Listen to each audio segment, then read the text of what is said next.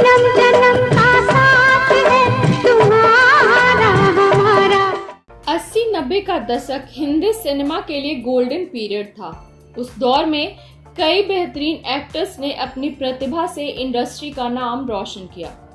उस दौर के एक्टर्स की फिल्में और गाने दर्शक आज भी देखना सुनना पसंद करते हैं।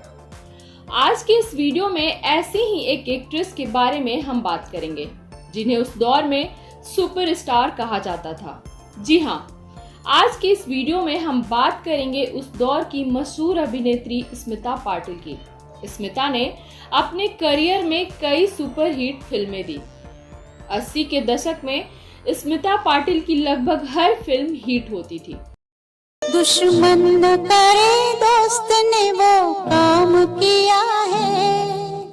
रोमांटिक किरदार ही नहीं, गंभीर किरदारों में भी उन्होंने अपनी एक्टिंग से जान डाल दी।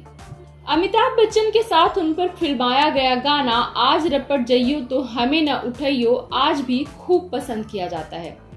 उन्होंने उस दौर में लगभग सभी बड़े स्टार्स के साथ बतौर हीरोइन फिल्मों में काम किया। हिंदी सिनेमा में बेहतरीन एक्टिंग के लिए उन्हें पद्मश्री अवार्ड भी मिल चुका है।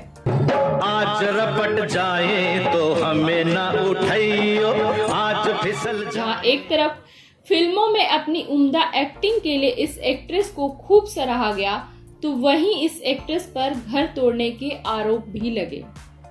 80 के दशक में स्मिता पाटिल अपने एक को एक्टर के साथ लिव इन में रहने लगी थी, जो उस दौर के लिए बड़ी बात थी। जी हाँ दोस्तों, स्मिता पाटिल अपने घर वालों की मर्जी के खिलाफ जाकर पहले से शादीशुदा एक एक्टर के बच्चे की मां भी बनी और महज 31 साल की उम्र में इस महान एक्ट्रेस ने दुनिया को अलविदा कह दिया। स्मिता पाटिल का जन्म 17 अक्टूबर 1955 को एक राजनीतिक परिवार में हुआ था। स्मिता पाटिल हिंदी सिनेमा में 70 के दशक में बेहद मशहूर अभिनेत्रियों की लिस्ट में शामिल थी। उन्होंने आर्ट फिल्मों से लेकर बॉलीवुड मसाला फिल्मों में भी काम किया। स्मिता पाटिल ने 1975 में श्याम बेनेगल की फिल्म चरण दास चोर से अपने करियर की शुरुआत की थी। उन्होंने अपने करियर में हिंदी, मराठी, गुजराती, मलयालम समेत करीब 80 से ज्यादा फिल्मों में काम किया। उन्हें नेशनल अवार्ड और फिल्म फेयर अवार्ड के अलावा 1985 में पद्मश्री पुरस्कार से भी नवाजा गया। रिपोर्ट्स के मुताबिक स्मिता के निधन के बाद भी उनकी 15 से ज्यादा फिल्में रिलीज हुई थी।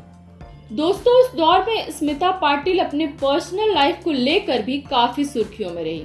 उन पर एक शादीशुदा एक्टर का घर तोड़ने का आरोप लगा। दरअसल स्मिता और बॉलीवुड एक्टर राज बब्बर रिलेशनशिप में थे और राज पहले से शादीशुदा थे। ये मेरा घर है विजय, यही मैं रहती हूँ। ये मशहूर तवाइफ हीराबाई का कोठा है।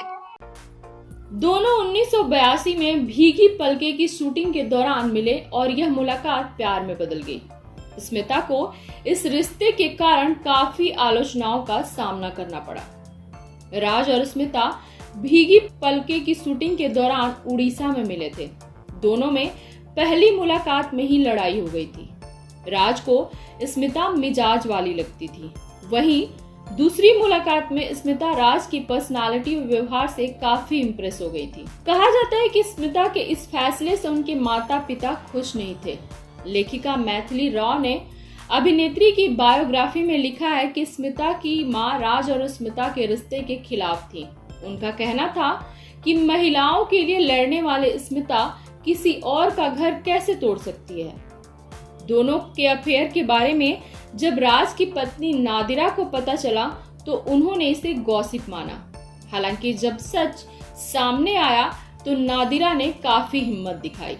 राज बब्बर ने स्मिता के साथ रहने के लिए पत्नी नादिरा को छोड़ दिया था।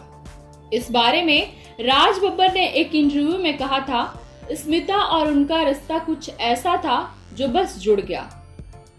वहीं एक इंटरव्यू में नादिरा ने कहा था, स्मिता मेरे पति के बेहद क्लोज थी। भले ही उनका मेरे पति के साथ अफेयर था, लेकिन मुझे भरोसा था कि मेरे घर की जरूरतों पर इससे असर नहीं पड़ेगा। स्मिता का मेरे पति की तरफ झुकाव हुआ क्योंकि वह अकेली थी।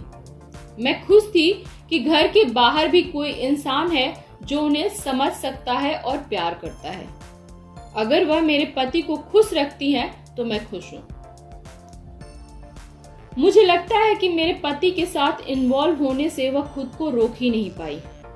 वहीं एक इंटरव्यू में स्मिता ने कहा था कि यह रिश्ता इतना आसान नहीं है। स्मिता ने नादिरा को लेकर कहा था कि वह अकेलेपन और दर्द से गुजर रही होंगी। स्मिता ने शादी के बाद एक बेटे को जन्म दिया था और उसका नाम प्रतीक रखा गया। यह उनके लिए काफी मुश्किलों भरा समय था। बच्चे के जन्म के 15 दिन बाद ही 31 साल की आयु में उन्होंने दुनिया को अलविदा कह दिया।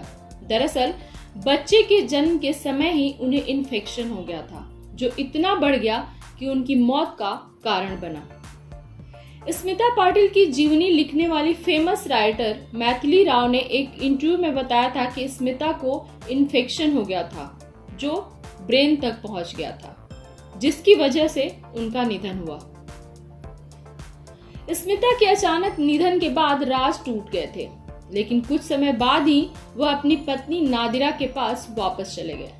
स्मिता के निधन के बाद नादिरा ने कहा था कि स्मिता के निधन ने राज और प्रतीक के साथ मुझे भी तोड़ दिया है। वह बहुत बुरा समय था।